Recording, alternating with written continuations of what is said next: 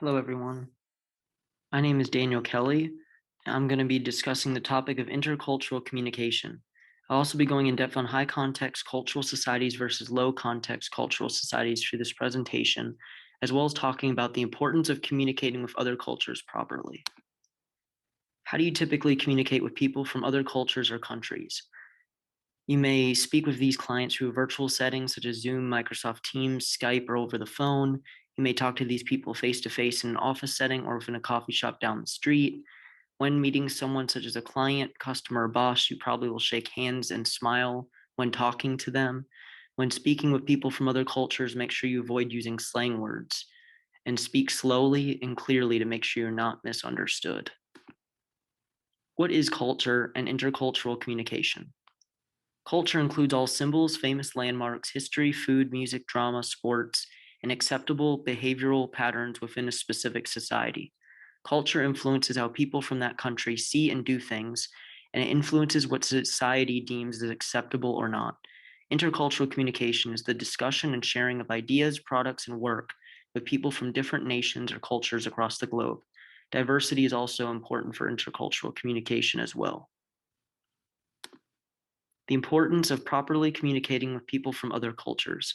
It is very important that we avoid cultural mishaps, avoid offending any of our coworkers or clients, and avoid confusing other people for the use of slang words or phrases that are widely used in the United States that people from other cultures might not understand. Instead, we should focus on using plain English phrases and words that most people will understand in the business world. By focusing on these plain English phrases and words instead of slang, time will more properly be utilized. Instead of trying to calm someone down for offending them, or instead of trying to explain what you just said to someone who is completely confused, that time could be better used to work on new ideas. An example of this being put into action would be the word biscuits. It's not an offensive word, but biscuits are cookies in England, and biscuits are a breakfast food in the United States.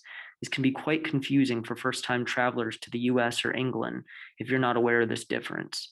If you go to a McDonald's in the US and ask for a biscuit during breakfast, you most likely would not get a cookie, but rather the fluffy biscuit for breakfast. And I got some pictures of it above. There are two types of cultures. High context cultures are societies that deal with people who tend to rely more heavily upon context and on relationships rather than low context cultures, which are more focused on actual words or phrases.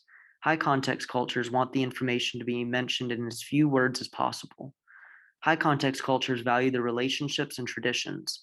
They also are slow to change their ways. They typically learn through a deductive reasoning approach as well. High context cultures also use a polychronic perception of time, which means that time is fluid. This means that deadlines are seen by people from those societies as projections of when they should be done, rather than having a strict deadline and being finished by then. Low context cultures are the exact opposite. They follow a monochronic perception, which means that when there's a deadline, they must be done with that, with what they're working on by then. In other words, they have a strict deadline that must be followed. Low context cultures like to be individualistic. They typically have shorter relationships than high context cultures, and they require a lot more words for communication. People from low context cultures are also quick to change their ways and typically learn from an inductive reasoning approach. Some examples of high context cultures and low context cultures are on my screen, such as Japan, France, the US, and England. Common phrases to refrain from using when communicating with people from non-Western cultures would include let's touch base on Friday morning or let's circle back. Those things can be confusing to people who are not aware of the context behind them. Here's a famous quote by Edward T. Hall, who is an American anthropologist. He said, "One of the most effective ways to learn about oneself is by taking seriously the culture of others. It forces you to pay attention to those details of life which differentiates them from you." This wraps up my presentation today of going over the importance and ways of communicating properly across different cultures.